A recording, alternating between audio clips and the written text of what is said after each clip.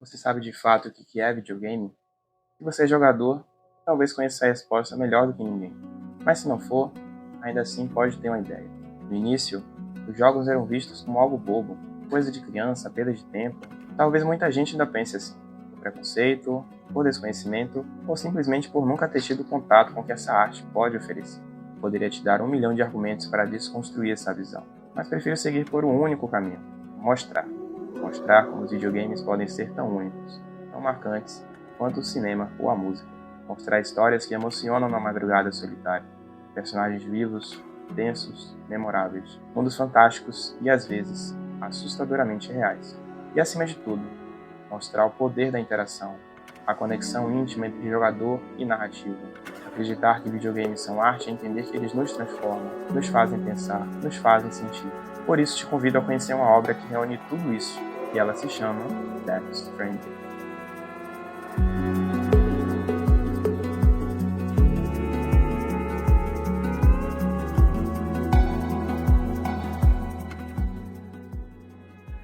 A corda e o bastão são duas das ferramentas mais antigas da humanidade. Usamos a corda para aproximar coisas boas e o bastão para repelir coisas ruins.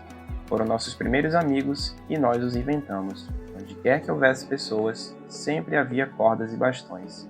Este trecho do livro Nawa, ou A Corda, traduzindo do japonês para o português, escrito pelo romancista e dramaturgo japonês Kobo Abe, que aparece logo no início de Death Stranding. Ele apenas não define o cerne da obra, mas também o da humanidade, onde estamos sempre nos aproximando ou nos afastando de algo ou alguém. Um mundo quebrado e abalado, dividido e destruído por um evento que ocasionou o choque do mundo dos vivos e o mundo dos mortos, gerando isolamento, solidão, barreiras e o medo entre as pessoas. Será que isso não te lembra algo? Passamos por uma pandemia devastadora, e embora não na mesma proporção, o sentimento vivido durante aquele período se assemelha ao que os personagens de Death Stranding enfrentam: o medo do outro, a distância e a urgência de restabelecer conexões. O paralelo é inevitável.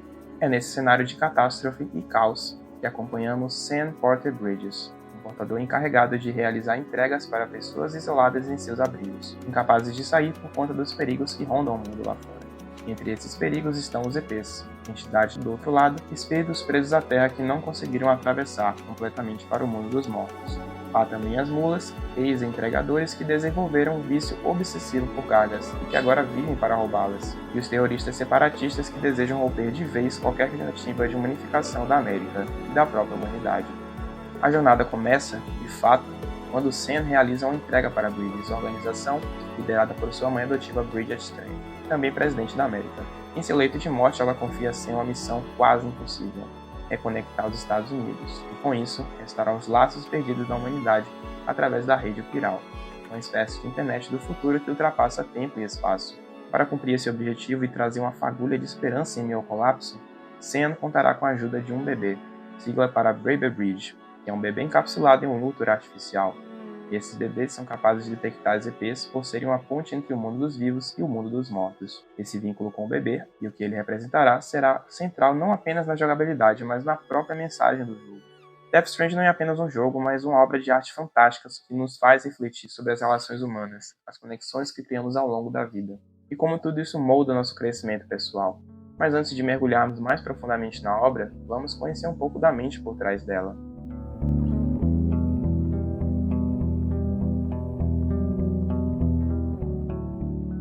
Sendo muito mais do que apenas um produtor de games, o criador de Death Stranding, Hideo Kojima, é um artista, um contador de histórias que através dos seus jogos passa um pouco do seu sentimento e visão de mundo. Mas antes de Death Stranding, Kojima era apenas um garoto sonhador e cinéfilo, onde iremos mergulhar um pouco em sua jornada para entender como a sua mente funciona e foi responsável pelos seus jogos. Nascido na cidade de Setagaya, em Tóquio, no Japão, o pequeno Hideo era uma criança muito inventiva, imaginativa e curiosa. Gostava de ver filmes com seus pais, ler muitos livros de ficção e ouvir música, onde os mesmos o incentivaram bastante para tal. Tanto que ao assistir filmes à noite com eles, Kojima só poderia ir para a cama ao terminar de ver o filme, como uma condição de assistir aos próximos filmes. Eles também mais tarde davam dinheiro para ele ir ao cinema, e só poderia ir novamente se ele ao voltar fizesse uma crítica e impressão do que viu. Tudo isso foi contribuindo para o seu repertório cultural e a formação da sua criatividade. Kojima tinha uma relação muito próxima com seu pai, e sempre o incentivou a consumir filmes, mas que infelizmente o mesmo veio a falecer precocemente na vida de Hideo, onde perdeu seu pai aos 13 anos.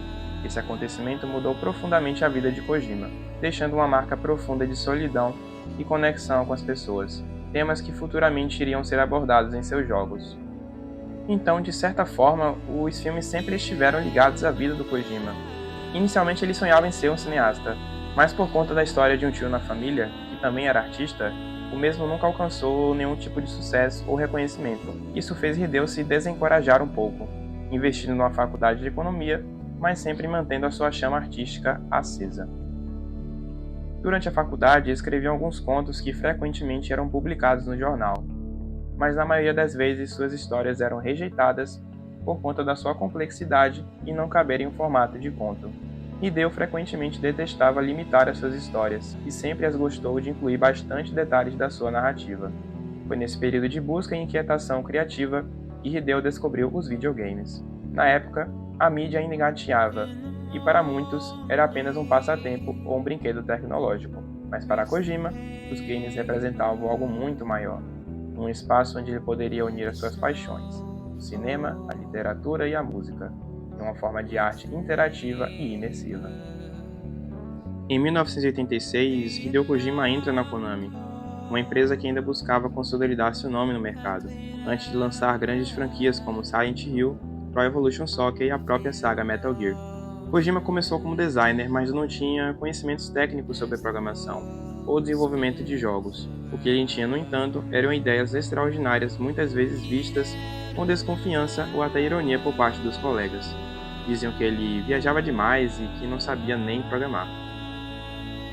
Seu primeiro jogo veio com Metal Gear, lançado em 1987 para o computador japonês e MSX2. Nele, Kojima introduziu uma mecânica revolucionária de furtividade, a chamada Stealth Gameplay, onde o foco não estava no combate direto, mas sim em abordagens silenciosas ou na completa evasão dos inimigos.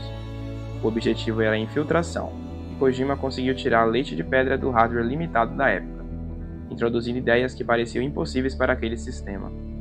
Mas, sem dúvidas, o grande destaque também estava na sua narrativa, com foco em política, diálogos densos, temas filosóficos e uma linguagem cinematográfica que só evoluiria nos jogos futuros da saga. Após o sucesso de Metal Gear, Kojima continuou explorando sua veia cinematográfica e criativa em outros projetos marcantes. Em 1988 lançou Snatcher, um jogo de aventura em estilo visual novel, fortemente inspirado por filmes como Blade Runner. Ambientado em um futuro distópico, o jogo abordava temas como identidade, tecnologia e conspiração, consolidando ainda mais a habilidade de Kojima em criar universos densos e envolventes. Poucos anos depois, em 1994, veio Policenauts, outro jogo com forte narrativa e estética cinematográfica, dessa vez focando em ficção científica espacial, relacionamentos humanos e questões filosóficas sobre o corpo e a mente. Ambos os títulos não apenas reforçaram a assinatura autoral do Kojima, mas mostraram que ele não é apenas um game designer, era um verdadeiro contador de histórias cada vez mais interessado em unir cinema e videogame em uma só linguagem. Apesar de toda a sua contribuição para a indústria e o sucesso da franquia Metal Gear, os bastidores da Konami começaram a se tornar cada vez mais turbulentos. Durante o desenvolvimento de Metal Gear Solid 5 The Phantom Pain, surgiram rumores de atritos entre Kojima e a alta direção da empresa. As diferenças criativas, os cortes de orçamento e as tentativas de limitar a sua liberdade autoral culminaram em um rompimento marcante. Kojima deixa a Konami em 2015, encerrando uma longa e complexa trajetória. Esse momento, embora difícil, foi também um renascimento. Kojima criou seu próprio estúdio independente, a Kojima Productions, e é nesse novo cenário que ele se aproxima ainda mais do mundo do cinema, não apenas como admirador, mas como colaborador. Ele firma parcerias criativas com nomes como Guillermo del Toro, com quem já havia tentado trabalhar em Silent Hills, e também com o cineasta Nicholas Winding Refn, diretor de Drive e The Neon Demon. Ambos, assim como Kojima, são apaixonados por narrativas visuais e experiências sensoriais. Essa troca entre o cinema e os games se torna fundamental para o próximo grande passo de Kojima como autor. Um jogo que carregaria todas essas influências e abriria novos caminhos para o que um videogame poderia ser. Isso nos mostra que, apesar de todas as dificuldades enfrentadas por Hideo Kojima, ele conseguiu se reinventar e dar a volta por cima, pois ao ter demonstrado seu talento e criatividade, ele estabeleceu boas conexões com outros profissionais e artistas da área, onde sem dúvidas resultou em Death Stranding, no qual mergulharemos agora em seu universo. First of March, it's clear to me there's something that's uncomforting. Your body. Certa vez houve uma explosão que originou o tempo e o espaço. Certa vez houve uma explosão que fez o planeta girar naquele espaço. Certa vez houve uma explosão que fez surgir a vida como conhecemos. E então, veio outra explosão. A frase inicial do game, dita pelo protagonista Sam Porter Bridges, elucida muito o que é o Death Stranding. Apenas mais uma explosão essas que sempre que ocorrem mudam a vida à nossa volta.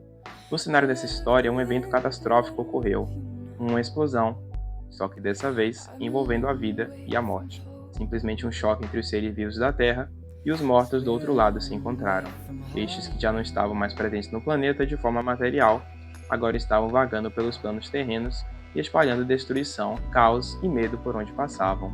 Criaturas que, como último recurso, vagam sem rumo pelo planeta, buscando seu lugar para finalmente atravessar para o outro lado. Enquanto isso, os humanos, que ainda resistem, tentam sobreviver em meio ao caos, isolando-se em cidades muradas e dependendo de portadores como Sam para manter a vida.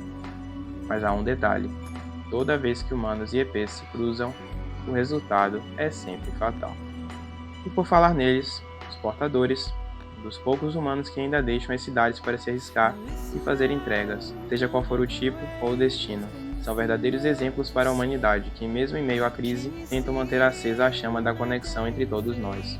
Mas não são apenas as EPs que representam ameaças aos portadores, ou a qualquer outro humano que porventura se aventure pelas terras inóspitas desse apocalipse. Existem ainda dois grupos que também antagonizam esse novo mundo: os mulas, que são ex-portadores consumidos por um vício frenético em realizar entregas, e agora atacam e roubam seus semelhantes, dificultando ainda mais os percursos e ampliando os riscos. E há também os Homodemens, um grupo terrorista separatista liderado por um dos vilões do jogo, Higgs. Seu objetivo? Encerrar de vez a existência da humanidade. Para eles, é preferível queimar de uma vez do que apagar aos poucos. Diante de tantas adversidades, ainda há um sentimento de comunidade que paira por esse universo. Surge uma tentativa de reconstrução, a UCA, United Cities of America, ou as Cidades Unidas da América no português. Mas essa reconstrução não é só física, ela também é emocional, pois nos faz lembrar do porquê precisamos nos conectar, manter e estreitar esses laços. Nos faz lembrar por que estamos vivendo aqui e por que somos humanos. Mas além do protagonista dessa história ser o próprio mundo narrativo, temos um motor que impulsiona sua reconstrução, o portador Sam Porter Bridges. A princípio, um homem comum, quebrado, sem esperança, sem propósito, apenas vivendo um dia após o outro. Sem rejeita o contato, evita qualquer tipo de conexão com outro ser humano. Ele é, em essência, a personificação daquele mundo, fragmentado, isolado e ferido. Mas Sam tem duas coisas que o diferencia dos outros portadores. Primeiro, ele tem Duns, que seriam indivíduos dotados de habilidades sobrenaturais, que no caso dele é ser um repatriado, onde ele morre e volta sem virar EP, e nem ficar preso no plano espiritual. Por conta dessa habilidade, isso o diferencia na hora de realizar entregas, tornando ele uma lenda nesse universo, conhecido como o Grande Portador ou a Lenda das Lendas. É esse homem que inesperadamente recebe a maior missão da sua vida: reconectar a América e trazer de volta a esperança para a humanidade, no qual ele utilizará de uma tecnologia que mistura a matéria humana com a matéria espiritual, chamada de Rede Kiral, uma espécie de internet desse mundo. Porém, o seu maior amigo que o acompanhará durante toda essa jornada é um equipamento de detecção de EPs, chamado de BB, que é uma sigla para BB Bridges. Bridges, que no caso é uma empresa de transporte, energia e pesquisa aliada à ideia da UCA, que criou equipamentos e maneiras de estudar e lidar com Death Stranding.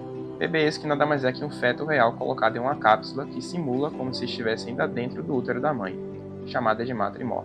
Essa tecnologia, apesar de polêmica, foi o único meio que a Bridges encontrou de conseguir estabelecer uma conexão com o outro lado, pois um bebê na barriga de sua mãe é uma ponte do mundo dos vivos com o mundo dos mortos, pois eles estão entre o meio termo entre a vida e a morte. E enquanto tudo isso acontece, Algo que cai do céu faz sempre questão de lembrar o que está havendo com o mundo. A chuva temporal, tudo que ela toca, apodrece, e o tempo de qualquer matéria orgânica que nela encostar se acelera. Como uma lágrima de saudade, saudade de um tempo que já passou e não volta mais.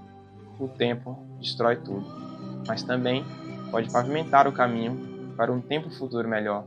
Tempo esse que só depende da gente para ser alcançado.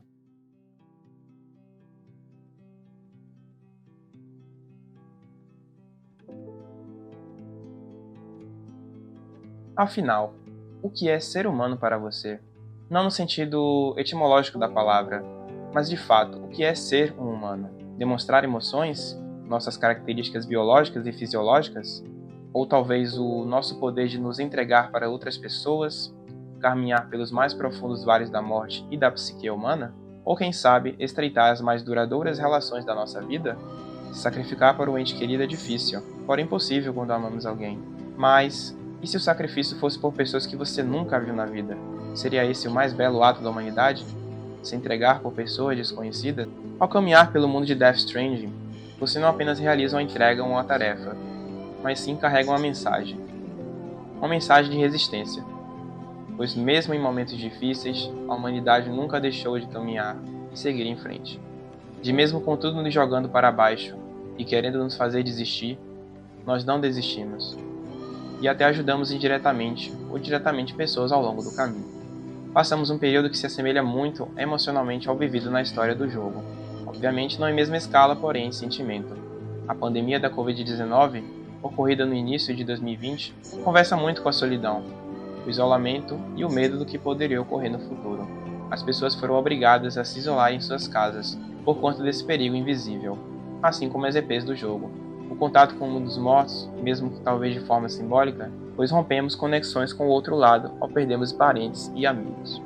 Fora o fato de tanto a pandemia e o Death Stranding foram um meio de fazer as pessoas olharem mais para dentro e aprender a domar e confrontar os seus demônios internos e os seus medos mais profundos. Sem dúvidas, Hideo Kojima foi muito visionário e profético em sua criação, com o jogo sendo lançado em 2019 e a pandemia em 2020, cerca de um ano depois.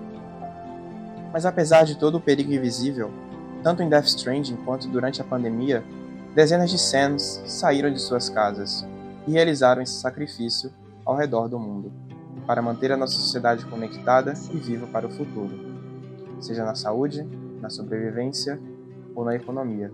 Foram heróis comuns que, mesmo sem plena consciência disso, ajudaram e salvaram muitas pessoas de maneiras diferentes.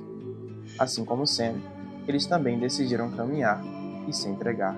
Talvez nós nunca vamos nos recuperar dos impactos que a pandemia deixou, mas talvez possamos ressignificar tudo isso.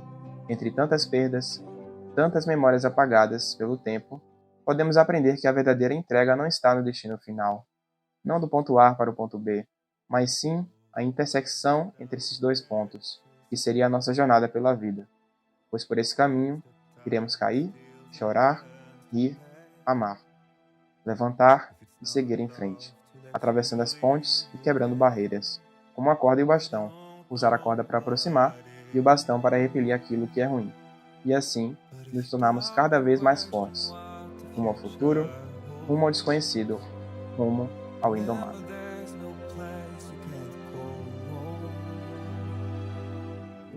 To all the roads that we are yet to pave, the dreams that stillness entertains and slays. Now if my love for you won't make you stay, I don't know what will. You will never leave a trace where you walk. If the only path you take's the one you're told, so walk away, I'll find you. So far away, I'll lead you to the wild, to the wild, to the wild, yeah.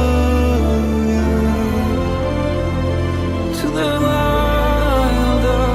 To the wild,